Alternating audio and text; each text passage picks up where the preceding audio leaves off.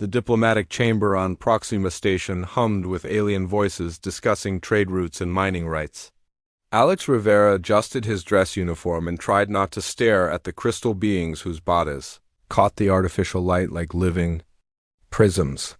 3 years had passed since humanity's first contact with the Galactic Confederation, and this meeting would determine whether Earth's children could claim their place among the stars. The humans seek full membership status, announced the Helix delegate, its voice ringing like wind chimes. Their technology remains primitive. Their expansion covers merely 6 worlds. We suggest observer status until they prove themselves worthy. Alex stepped forward, ignoring the whispered translations between various alien species. The Wisp Collective. Representative floated in its containment field, while the massive builder delegate stood like a living mountain of stone and metal. These beings had traveled between stars for thousands of years, while humans still fought with swords and arrows. We appreciate the Confederation's consideration, Alex said carefully.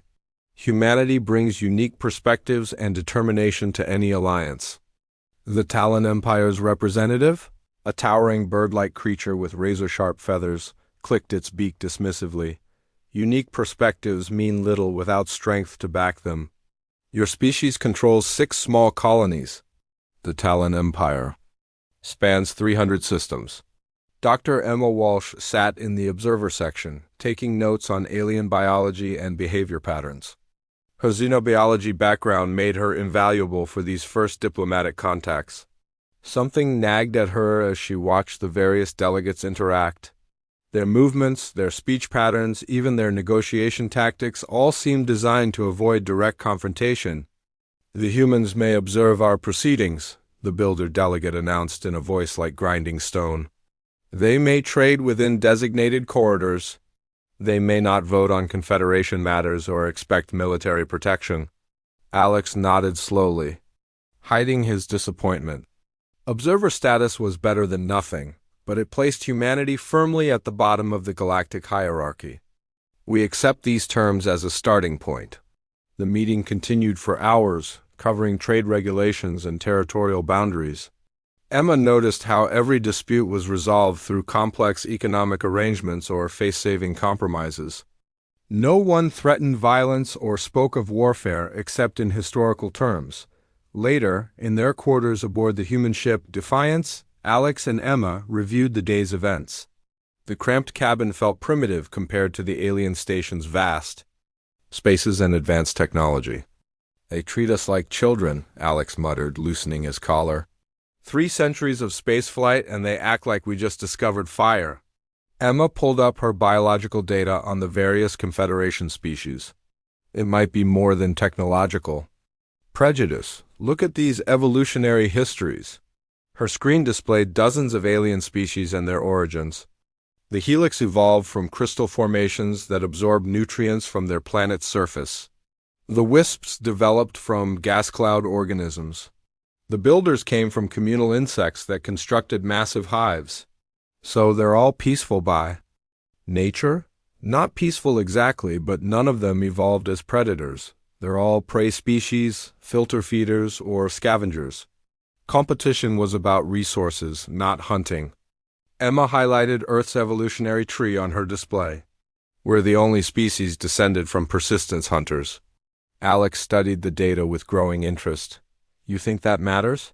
I think it might matter more than we realize.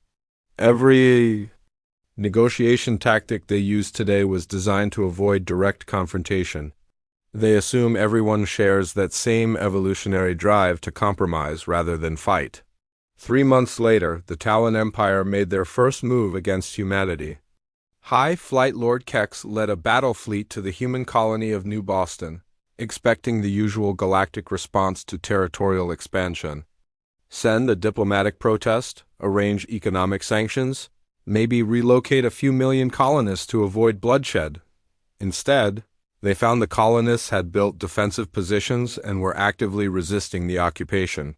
Human fighters launched suicide attacks against Talon ships, using ramming tactics that horrified the bird-like aliens. When the dust settled, New Boston remained under Talon control. but at a cost of 30 ships and thousands of warriors. The galactic news networks buzzed with confusion. Species didn't fight to the death over single colonies. The economic value wasn't worth the casualties. Surely humanity would now seek mediation through the Confederation. Alex Rivera, now promoted to Fleet Admiral, stood before the Confederation Council with a document that would change galactic history forever.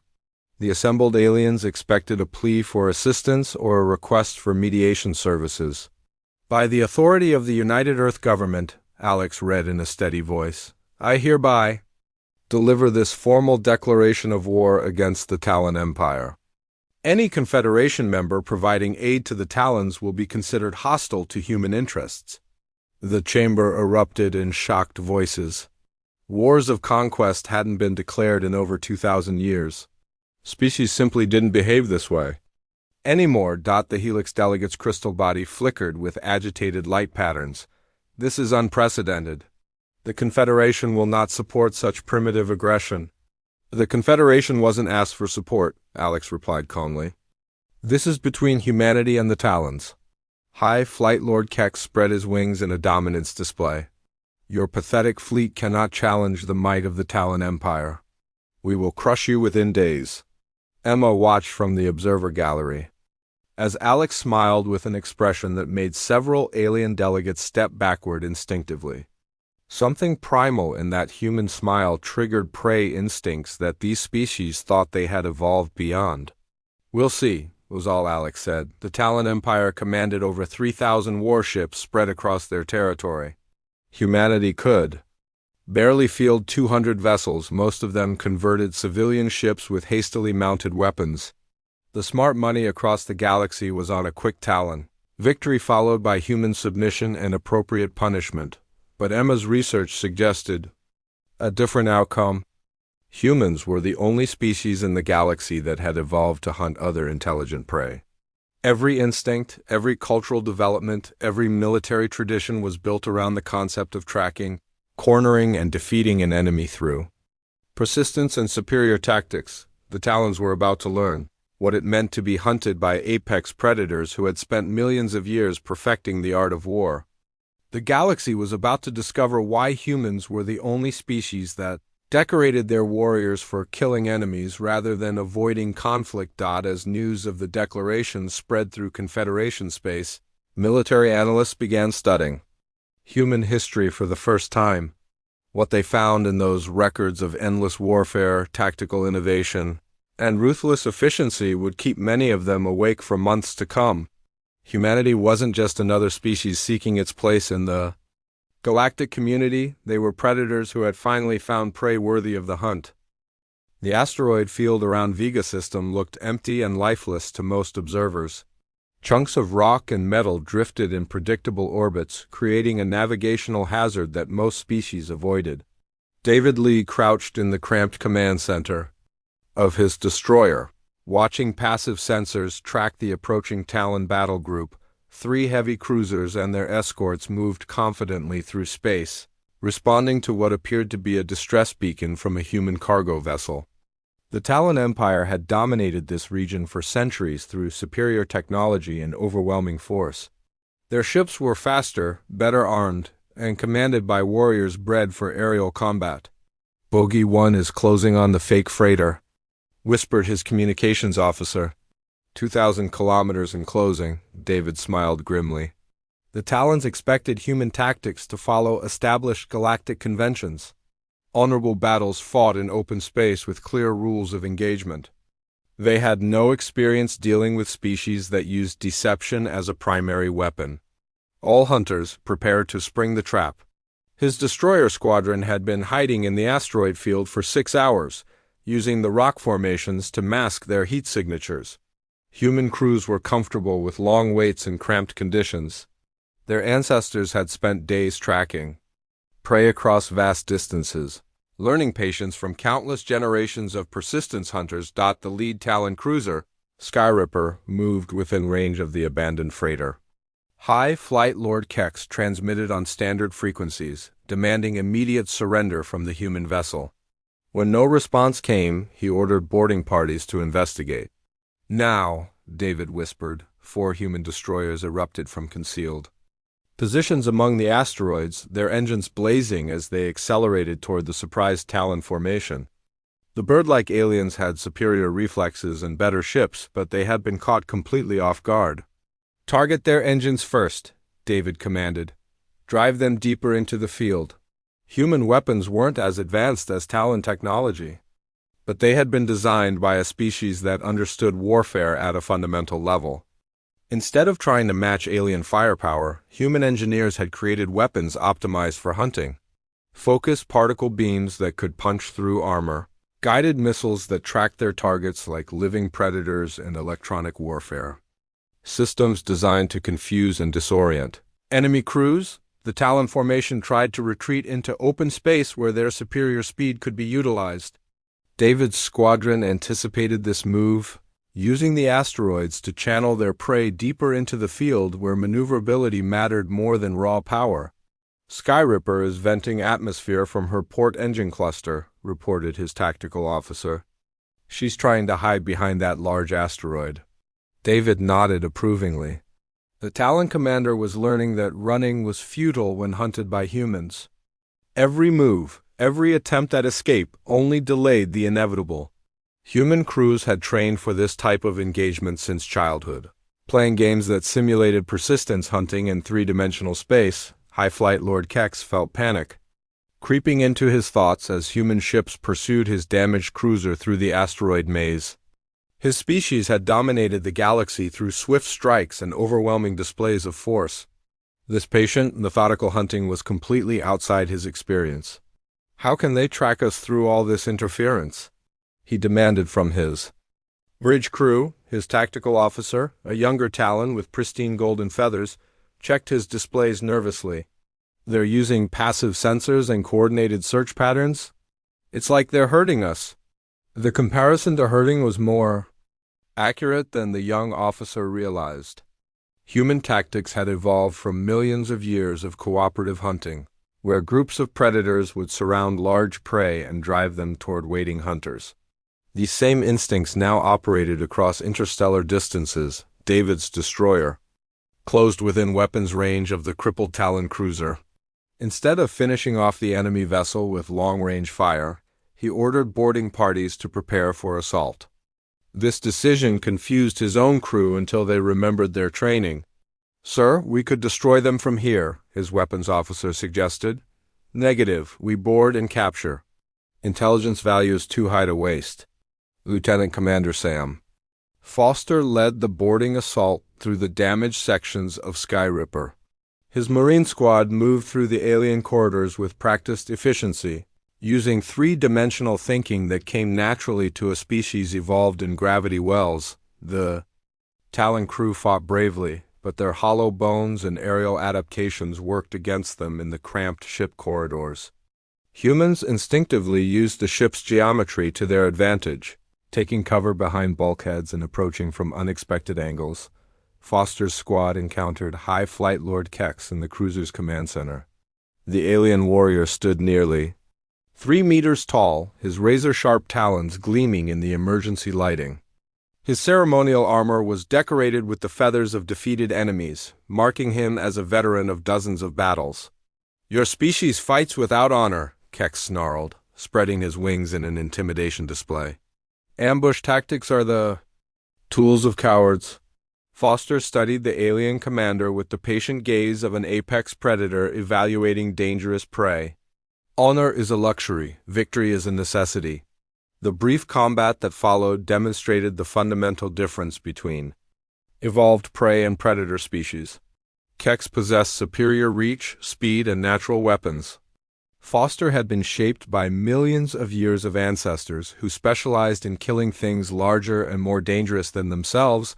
When the fighting ended, Skyripper belonged to humanity. The surviving Talon crew was processed according to human military protocols, which confused them greatly. Human soldiers didn't seem interested in displays of dominance or ritual combat. They simply wanted information about enemy fleet positions and defensive capabilities. News of the victory at Vega. Systems spread throughout Confederation space within hours. Military analysts struggled to explain how a technologically inferior human squadron had defeated veteran Talon warriors. The accepted wisdom was that superior technology would always triumph over primitive tactics. Dr. Emma Walsh reviewed combat footage from the battle while aboard the human command ship. Apex, her xenobiology research had taken on new significance, as humanity's first military victories forced the galaxy to reconsider their initial assessments. They fought like pack hunters, she noted in her report to Earth Command. Coordinated attacks, patient stalking, and willingness to accept casualties to achieve victory. No other Confederation species displays these behavioral patterns. Admiral Kate Thompson, humanity's new fleet commander, studied tactical reports from across the war zone. Talon forces were retreating from 3 star systems, abandoning forward bases rather than face human assault tactics. The bird-like aliens seemed genuinely frightened by human military methods. They keep expecting us to follow their rules, Thompson mused. Stand-up battles in open space with minimal casualties and negotiated surrenders? Emma pulled up comparative data on galactic warfare throughout history. Every conflict for the past 2,000 years has been resolved through economic pressure or limited military action. They literally don't know how to fight a species that treats war as an extension of hunting. The siege of Talon Prime began 3 weeks later. Human forces surrounded the heavily fortified homeworld with methodical precision, establishing supply lines and sensor networks that monitored every ship attempting to enter or leave the system. The orbital defense platforms had been designed to repel quick raids, not endure extended blockades. Thompson's strategy horrified galactic observers, who monitored the situation through diplomatic channels. Instead of demanding immediate surrender or negotiating terms, human forces simply waited. They intercepted supply ships, destroyed automated defense drones, and slowly tightened the noose around Talon Prime. "This is barbaric," protested the Helix delegate during an emergency Confederation session. "Wars should be decided quickly with minimal suffering." The Builder representative agreed with grinding stone sounds. Humans conduct warfare like their primitive ancestors. They show no mercy to defeated enemies. But Emma's research suggested something different was happening. Humans weren't being needlessly cruel or barbaric. They were simply following evolutionary programming that demanded complete victory over dangerous prey. Wounded predators could still kill hunters, so human instincts demanded that threats be eliminated thoroughly. High Flight Lord Kex, now a prisoner aboard the human command ship, provided the most accurate assessment of humanity's military capability during his interrogation. "They don't fight for territory or resources," he told his captors. "They fight because they're good at it. Victory feeds something deep in their nature that we cannot understand. The revelation that humans derived satisfaction from defeating enemies was perhaps the most disturbing discovery for galactic observers. Every other Confederation species viewed warfare as an unfortunate necessity to be ended as quickly as possible. Humans seemed to actively enjoy the challenge of hunting and defeating intelligent opponents. When Talon Prime finally surrendered, the terms dictated by humanity shocked the galactic community. Complete disarmament, reparations, and permanent human monitoring of their military capabilities. No Confederation species had ever imposed such harsh conditions on a defeated enemy. But Emma's biological research provided the explanation. Apex predators in Earth's ecosystem didn't simply defeat rivals. They established dominance hierarchies that prevented future challenges to their authority. Humanity was unconsciously applying the same instincts to interstellar warfare. The galaxy was beginning to realize that they had seriously underestimated the new species from Earth. Premier Nix floated in his specialized chamber, his enlarged brain pulsing with bioluminescent patterns that indicated deep concentration. The Cerebral Collective had spent centuries becoming the galaxy's premier intellectual species, solving complex problems through pure mental power. Now they faced a challenge that raw intelligence seemed unable to resolve.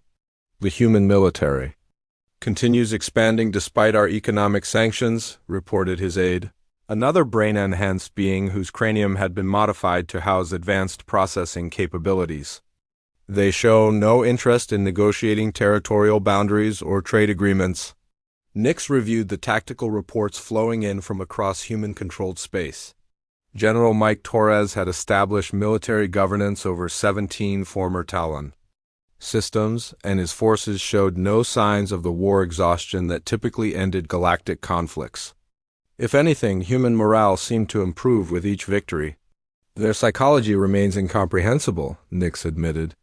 We offer them profitable trade relationships and they respond with military expansion. We threaten economic isolation and they capture our trade routes by force. The reports painted a disturbing picture of human occupation policies. Unlike previous galactic conquerors who ruled through local administrators and economic controls, humans established direct military authority over captured territories. Their soldiers seemed to enjoy the responsibility of governing defeated populations.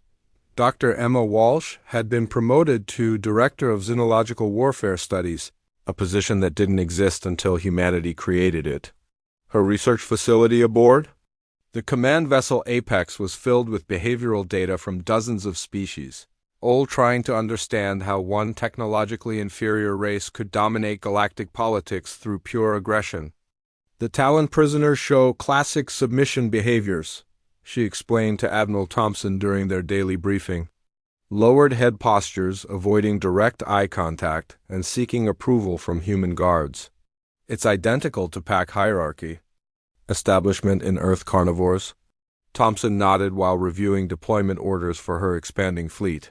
Human shipyards were working at maximum capacity, converting civilian vessels to military use and constructing purpose-built warships, designed around human tactical preferences. The galaxy's largest military had grown by 300% in less than a year. What about the Core Worlds Coalition? Thompson asked. Intelligence suggests they're mobilizing significant forces. Emma pulled up psychological profiles on the various species joining the anti-human alliance. They're all prey species reacting to predator pressure. Classic herding behavior for protection. The problem is that groups of prey animals rarely defeat dedicated pack hunters. Ambassador Flo 7 of the Wisp Collective arrived at the human command ship under a flag of truce, hoping to negotiate some kind of ceasefire before the situation spiraled beyond control. The gaseous being had never encountered a species that seemed to actively enjoy warfare as much as humans did. Your expansion threatens the stability that has maintained galactic peace for millennia, Flo 7 explained through its translation device. Surely we can reach some accommodation that benefits all parties. President Maria Santos now governing the human war effort from her mobile command center, listened politely while studying intelligence reports about Wisp industrial capabilities. The alien diplomat's desperate tone suggested that fear was spreading throughout the Confederation faster than human fleets. We're not interested in accommodation, Santos replied calmly. We're interested in establishing proper order. The galaxy has been run by committees and consensus for too long. Flo 7's gaseous form rippled with agitation patterns. You speak of order, but you create chaos. Species are abandoning their homeworlds to escape human expansion. Temporary disruption? While we establish appropriate hierarchies, Santos corrected. Once everyone understands their place in the new system, peace will return. The chilling aspect of this conversation wasn't human aggression, but their apparent belief that conquest was a natural organizing principle. Flo 7 reported back to the collective that humans genuinely seemed to think they were improving galactic civilization by forcing it into predator-prey relationships. Captain Nina Park commanded the stealth reconnaissance squadron tasked with mapping core world defenses. Her corvettes had been painted in adaptive camouflage and equipped with passive sensor arrays that could monitor enemy activities without detection. For 3 months, her crews had maintained perfect communication silence while observing their targets. Deployment patterns suggest they're expecting conventional fleet engagements. Park reported during a coded transmission to human command. Heavy concentration of firepower around major industrial worlds, but weak coverage of supply lines and communication nodes. Her squadron had demonstrated patience that amazed even human military planners. Weeks of motionless observation, crews existing on minimal rations and recycled air, all to gather intelligence for the coming assault. This level of dedicated surveillance was simply beyond the psychological capability of prey species. The core worlds had indeed mobilized their vast industrial capacity, producing automated defense platforms and AI-controlled battleships in unprecedented numbers. Premier Nix believed that technology and overwhelming firepower could compensate for tactical disadvantages against human forces. "We have assembled over 4,000 combat vessels," his military coordinator reported. "Surely numerical superiority will overcome their primitive aggression." But Emma's research suggested this strategy was fundamentally flawed. Prey species instinctively relied on group protection and defensive positioning when threatened. They couldn't comprehend military doctrines based on coordinated pack hunting and patient stalking of superior prey. The Battle of Nexus Gate began when the Core Worlds Coalition attempted to block human expansion through the galaxy's primary hyperspace junction. Their massive fleet formed a defensive wall across the system, bristling with automated weapons and AI-controlled fighters. Admiral Thompson arrived with barely 800 human vessels, seemingly outnumbered by more than 5 to 1. Galactic observers expected a desperate human assault followed by inevitable defeat and retreat. Instead, they witnessed something that redefined their understanding of tactical warfare. Thompson divided her fleet into 6 separate hunting groups, each operating under strict communication silence while maintaining coordination through subtle signals that prey species couldn't detect. The human formations moved like living creatures, responding to each other's movements with an instinctive cooperation that AI systems couldn't predict or counter.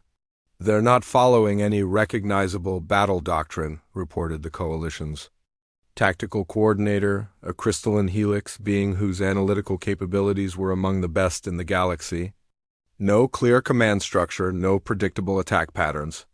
The first human hunting group struck the coalition's left flank, while the second attacked their supply vessels. The third group engaged the enemy center while the fourth circled behind their defensive line. Meanwhile, Groups 5 and 6 remained in reserve, waiting for the perfect moment to deliver killing blows. Coalition forces found themselves surrounded by human formations that moved with perfect coordination despite maintaining radio silence. Every time they concentrated firepower against one human group, 2 others would appear from unexpected directions. Their AI-controlled vessels couldn't adapt to tactics that seemed to change constantly while maintaining underlying coherence. Premier Nix watched his carefully planned defensive strategy collapse in real time. How can they coordinate without communication? Our intercepts detect no tactical transmissions between their formations.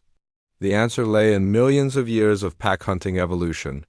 Human crews instinctively understood their role in group tactics without needing detailed orders. They read subtle movements and positioning cues that conveyed tactical information more efficiently than any communication system. When the battle ended, over 2,000 coalition vessels had been destroyed or captured while human losses numbered barely 100 ships. The psychological impact on surviving alien crews was devastating. Many species that had never experienced military defeat in their entire history now faced the reality of human tactical superiority. Dr. Emma Walsh interviewed captured coalition personnel to understand the full implications of humanity's victory. What she discovered was perhaps more significant than the military results themselves. "They're exhibiting mass psychological trauma," she reported to Earth Command. "Not just from military defeat, but from recognition that they've been challenged by genuine apex predators. Most of these species have biological programming that triggers submission responses when confronted by superior hunters." The aftermath of Nexus Gate saw something unprecedented in galactic history. Entire species began abandoning their colonial territories and retreating to heavily defended core worlds. Ancient civilizations that had existed for millions of years were voluntarily reducing their territorial claims rather than face human expansion. Admiral Thompson received surrender offers from 17 different species in the weeks following the battle. Military analysts struggled to understand how one engagement could cause such widespread capitulation among civilizations that had never been directly threatened. The answer lay in Emma's research on predator-prey relationships. When pack hunters demonstrated their ability to coordinate complex attacks against superior numbers, prey species instinctively recognized their position in the food chain. The galaxy's species weren't just acknowledging human military victory. They were accepting their role as prey in a cosmic ecosystem that now included genuine apex predators. The age of galactic equality was ending, replaced by hierarchies that humans understood instinctively, but other species would need centuries to comprehend fully. President Santos addressed the Confederation Council via holographic transmission, speaking from the bridge of humanity's newest dreadnought. Her message was simple and direct. The galaxy will be reorganized under human authority. Species that accept their appropriate place in the new hierarchy will be protected and prosper. Those that continue resisting will be hunted down and eliminated. The casual mention of elimination sent shockwaves throughout Confederation space. No species had threatened genocide in recorded history, yet humans spoke of it as a routine administrative function. The prey species of the galaxy were learning that apex predators didn't negotiate with their food supply. They simply decided what lived and what died. The emergency evacuation of Helix Prime looked like organized chaos to outside observers. Millions of crystalline beings loaded themselves onto transport vessels while their government abandoned administrative centers. That had operated continuously for over 50,000 years. The sight of an entire civilization fleeing from approaching human forces marked a turning point in galactic history. Admiral Thompson watched the evacuation reports with the patient satisfaction of a predator who had successfully separated her prey from their defensive positions. The Core Worlds Coalition's defeat at Nexus Gate had triggered exactly the response she had predicted. Panic migrations and territorial abandonment that left fleeing species vulnerable to pursuit. Intelligence confirms that the Helix leadership is retreating toward the Andromeda staging areas, reported her tactical coordinator. Their entire population is in motion across 12 star systems. Thompson nodded approvingly. The massive population movements meant that alien civilizations were exhausting their resources and destroying their own infrastructure in desperate attempts to escape human pursuit. This voluntary self-destruction was more effective than any military bombardment. Launch Operation Long Hunt, she commanded. All fleet elements are to maintain contact with fleeing enemy forces. No one escapes, no one finds sanctuary. The order went out across 40,000 light-years of space as human fleets began the largest pursuit campaign in recorded history. Unlike previous galactic wars that ended quickly through negotiation or limited military action, humans demonstrated their willingness to track fleeing enemies across unlimited distances and time periods. Colonel Amy Reed's Marines were loading onto assault transports when the Long Hunt order arrived. Her 7th Expeditionary Force had been preparing for conventional planetary assaults, but now they faced something unprecedented in galactic warfare. Pursuing fleeing populations across interstellar distances while maintaining constant military pressure. The builders think their fortress worlds will protect them, Reed briefed her officers. They've spent centuries creating mountain strongholds that can withstand orbital bombardment. They haven't considered ground assault by species adapted for climbing.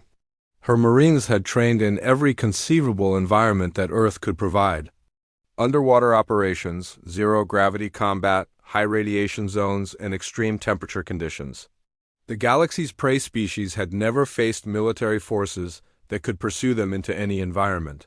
They might choose for refuge. The builder homeworld of Stone Garden was a maze of vertical cities carved directly into mountain faces, connected by narrow bridges and defended by automated weapon systems. The crystalline species had retreated there believing that their ancient fortifications would provide absolute security against human aggression. Reed's assault began with something the builders had never experienced. Human climbing specialists scaled sheer cliff faces under cover of darkness, using equipment and techniques developed from millions of years of pursuit hunting in mountainous terrain. Prey species that had evolved in flat environments simply couldn't comprehend three-dimensional assault strategies. Breaching charges set on the eastern approaches, reported Lieutenant Roy Clark through encrypted communications. Enemy automated. Defenses are focused on air and space approaches.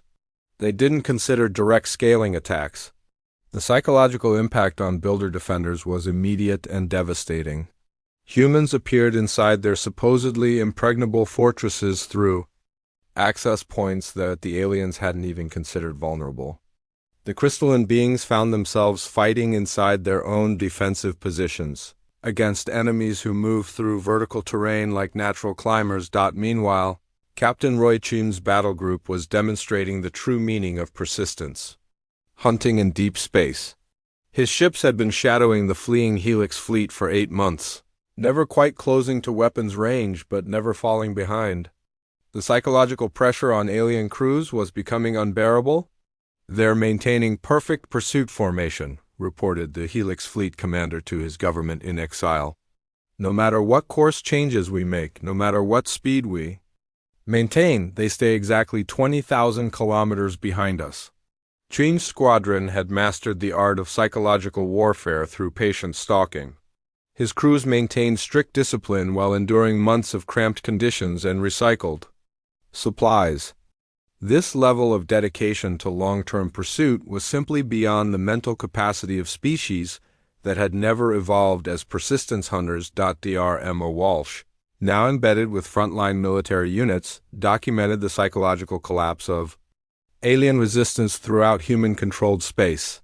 Her research teams were recording behaviors that had never been observed in galactic civilization: mass abandonment of territorial claims, submission displays to human authority figures, and voluntary restriction of reproductive activities, she reported to Earth Command.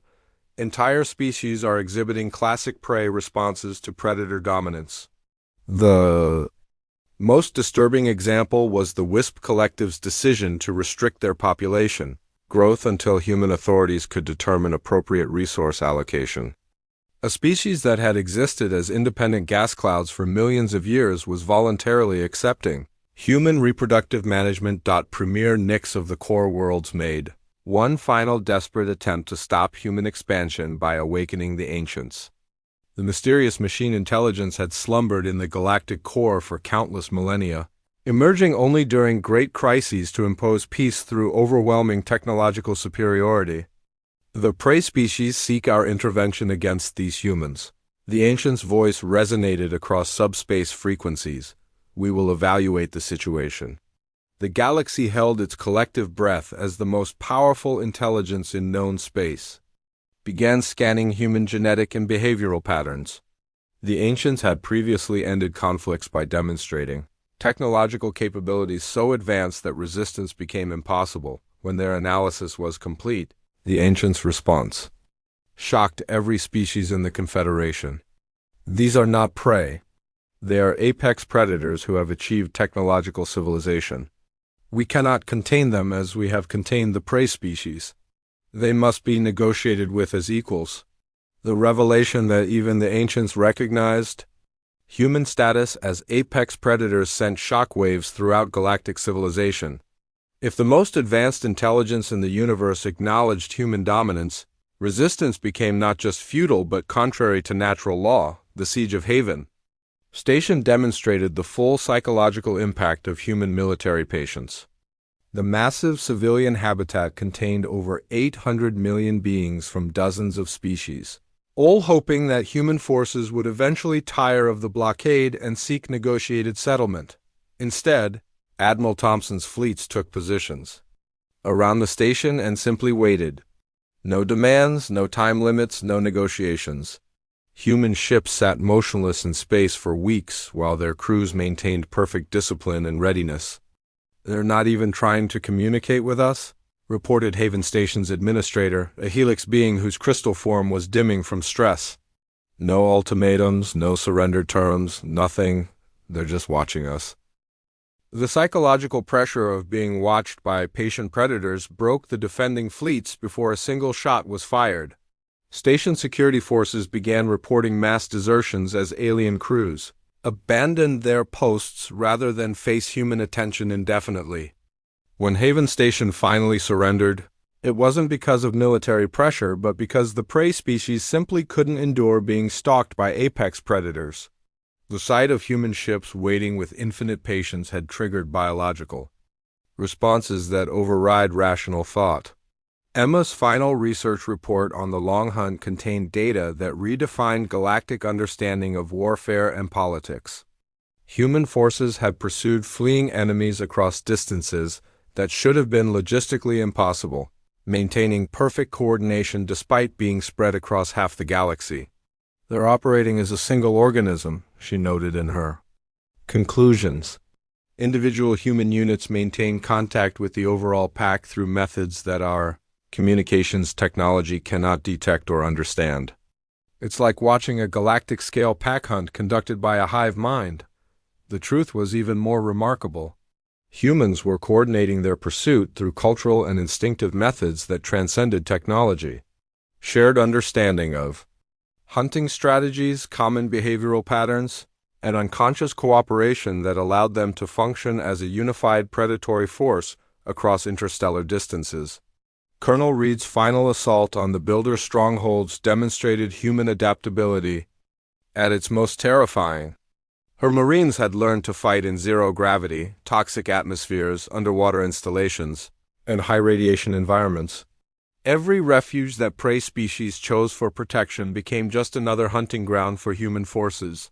They follow. U.S. everywhere, a Builder commander transmitted before his fortress fell. No environment is safe, no defense is sufficient. They adapt to every situation we create. The galaxy's prey species were learning that apex predators didn't recognize the concept of sanctuary. Every hiding place, every defensive position, every attempt at escape only delayed the inevitable confrontation with hunters, who had been perfecting their skills for millions of years. When the Long Hunt finally ended, human forces controlled over 60% of known galactic territory. More importantly, they had demonstrated their ability to pursue and capture any species that attempted to resist their authority. The psychology of unlimited pursuit had broken the will of civilizations that had never experienced true predation. Admiral Thompson received the final surrender from the Confederation Council while orbiting Earth in humanity's newest super dreadnought. The assembled alien delegates looked like broken creatures, their natural pride and independence crushed by months of being hunted across the galaxy. We acknowledge human authority over all former Confederation territories, Premier Nix transmitted, with the resigned tone of prey accepting their fate. We request only that our species be allowed to survive under your protection. Thompson's response was delivered with the casual confidence of an apex predator who had never doubted the outcome. Survival will depend on your usefulness to human interests. Those species that serve valuable functions will be protected. Those that do not will be eliminated. The galaxy had learned the most important lesson in natural history.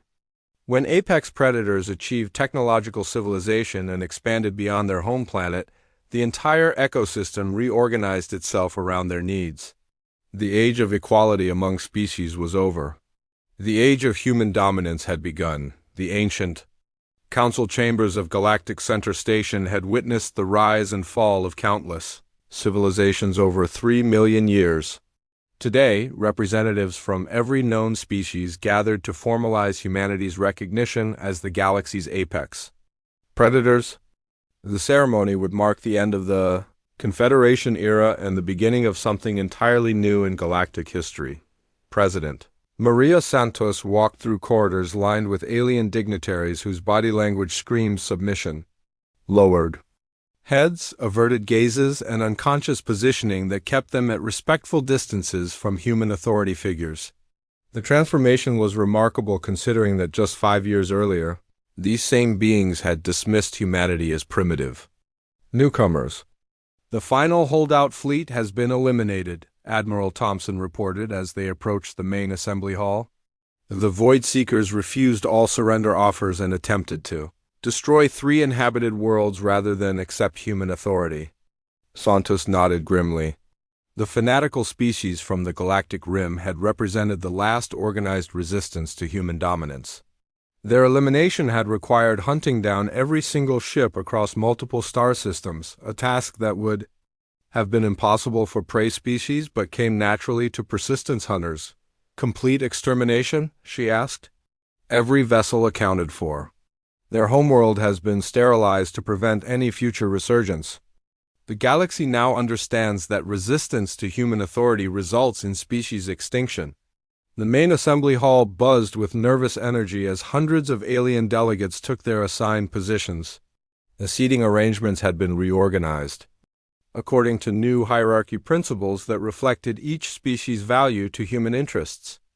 Those deemed useful sat closer to the human delegation, while less valuable species were relegated to distant sections. Dr. Emma Walsh entered carrying her final research compilation, a comprehensive study titled The Predator Paradigm: How Humanity's Evolutionary Heritage Reshaped Galactic Civilization. Her work had become required reading for every species seeking to understand their new position in the cosmic order. The psychological transformation has exceeded all projections, she briefed Santos before the ceremony began. Prey species are not just accepting human authority, they're actively competing for human approval and protection. Classic pack behavior from subordinate members seeking alpha recognition. Flow 7 of the Wisp Collective floated nervously in its containment field, preparing to deliver the formal recognition speech on behalf of all non-human species. The gaseous being had spent weeks crafting words that would acknowledge humanity's evolutionary superiority without completely destroying alien dignity. We gather today to recognize a fundamental truth that has reshaped our understanding of galactic civilization. Flow 7 began, its translated voice carrying across the vast chamber. For 3 million years, we believed that intelligence and cooperation represented the highest evolutionary achievements. The assembled delegates listened in complete silence as the wisp continued. We have learned that we were wrong. Evolution produced apex predators capable of technological civilization, and the galaxy belongs to those who earned their position through millions of years of successful hunting. Santos observed the alien reactions with satisfaction. No protests, no attempts at debate, just resigned acceptance of biological reality. The prey species had finally understood their place in the natural order. Premier Nix of the core worlds rose to add his species' acknowledgement. The brain-enhanced being's bioluminescent patterns displayed submission colors as he spoke. The Cerebral Collective formally recognizes human authority over all galactic territories and resources. We offer our intellectual capabilities in service to human interests. Similar statements followed from every major species. The Builders pledged their construction expertise. The Helix offered their crystalline technology, and dozens of minor species promised whatever specialized knowledge they possessed. All seeking human protection in exchange for useful services. Fleet Admiral Alex Rivera, promoted from his original diplomatic role, supervised the installation of human garrison forces throughout the galaxy. These military bases served multiple purposes beyond simple occupation duties. They were symbols of predatory dominance that prevented conflicts between prey species while ensuring human authority remained visible. Local populations show remarkable compliance with garrison directives, Rivera reported to Earth Command. No resistance movements, no underground activities, no attempts at independence. It's like they've forgotten how to function without apex predator oversight. The transformation went beyond military occupation. Human administrators found themselves managing interspecies disputes that alien governments seemed incapable of resolving independently. Prey species instinctively deferred to predator judgment on territorial boundaries, resource allocation, and even reproductive policies. Captain Ninia Park, now commanding the Galactic Security Fleet, established patrol routes that covered 40,000 light-years of space. Her ships didn't need to actively hunt for troublemakers, because prey species voluntarily reported anything that might displease human authorities. Self-policing behavior has eliminated crime rates across most sectors, Park noted in her security briefings. Species are so concerned about maintaining human approval that they're actively preventing any activities that might be interpreted as resistance. Emma's research teams documented changes that went far beyond political reorganization. Entire species were modifying their behavior patterns, educational systems, and cultural practices to better serve human interests. The galaxy was unconsciously reshaping itself into an ecosystem optimized for apex predator dominance. Reproductive rates have decreased among species deemed less useful to human interests, Emma reported. Meanwhile, species providing valuable services are experiencing population booms. Natural selection is operating at a galactic scale. The economic transformation was equally remarkable. Trade routes now flowed through human-controlled hubs, with all major transactions requiring human oversight. Species competed to offer the most favorable terms for human approval, driving prices down while improving quality standards. Colonel Amy Reed established the Galactic Pacification Academy on Luna, where alien military officers learned human tactical doctrines. The irony wasn't lost on anyone that prey species were being taught predator strategies, but it served to reinforce human superiority while creating a professional military class loyal to human authority. "They're eager students," Reed observed, "desperate to understand how we achieve such complete victory with inferior technology. They still don't grasp that the advantage was evolutionary, not technological. The most significant change was psychological." Ambassador Flo 7 delivered perhaps the most honest assessment of the new galactic order during a private diplomatic meeting. "We spent 3 million years believing that cooperation and peaceful coexistence represented evolutionary progress," the WISP admitted. "Humans have taught us that we were simply prey species congratulating ourselves for avoiding predation. Now that genuine apex predators have achieved spaceflight, we understand our true position in the cosmic food chain." The establishment of the galactic hegemony was formalized 5 years after humanity's first military victory over the Talon Empire. President Santos, now styled as Supreme Coordinator of Human Interests, addressed the galaxy from her headquarters orbiting Earth. "The era of false equality has ended," she announced to representatives from over 300 species. "The galaxy will operate according to natural law, with apex predators providing protection and guidance to prey species in exchange for service and resources." The response from alien populations was telling. No protests, no calls for independence, no attempts to restore the old Confederation system. Prey species had accepted their subordinate status with a completeness that surprised even human observers. Dr. Emma Walsh's final assessment captured the true scope of humanity's achievement. "We haven't just conquered the galaxy through military force. We've reorganized it according to evolutionary principles that prey species recognize instinctively. They're not serving us because they fear punishment, but because predator-prey relationships feel natural to them." Earth itself had become the undisputed center of galactic civilization. Massive orbital habitats housed diplomatic missions from every known species, while the planet's surface remained restricted to human occupation. The symbolism was clear. The apex predator's homeworld was sacred territory that prey species could visit only with permission. Admiral Thompson, now commanding the Galactic Defense Force, maintained fleets positioned throughout known space. These weren't occupation forces in the traditional sense, but rather the visible presence of apex predators ensuring that their territory remained secure and their prey remained obedient. "Routine patrols report universal compliance with human directives," Thompson noted in her final military briefing. "No species has attempted military action without human authorization in over 2 years. The galaxy has achieved true peace under predator management." The transformation was complete when alien species began requesting human intervention in disputes that previous generations would have resolved independently. Prey instincts drove them to seek apex predator judgment on matters ranging from territorial boundaries to trade agreements. Ambassador Flo 7's concluding statement to the old Confederation Council provided the most accurate summary of humanity's impact on galactic civilization. "For millions of years, we believed that intelligence had freed us from natural law. We thought cooperation and technology had eliminated the need for predator-prey relationships. The humans proved that evolution's rules apply regardless of technological advancement.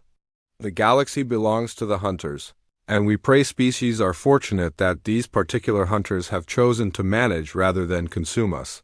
The final image of the new galactic order showed Earth rising over Luna's horizon, surrounded by the vast orbital infrastructure that now served as humanity's administrative center. Ships from hundreds of worlds brought tribute and service offerings to the apex predator homeworld, while human vessels departed to maintain order throughout their territory. The age of equality among species had ended permanently. In its place stood a hierarchy that reflected natural law. Apex predators at the top, useful prey species providing services in exchange for protection, and the galaxy finally organized according to principles that evolution had established millions of years. Before the first starship left its homeworld, humanity had not just won a war. They had assumed their rightful position as the galaxy's supreme predators, with all other species accepting their role in an ecosystem governed by the oldest law in the universe: the strong protect and rule the weak, and the hunters decide who lives and who dies.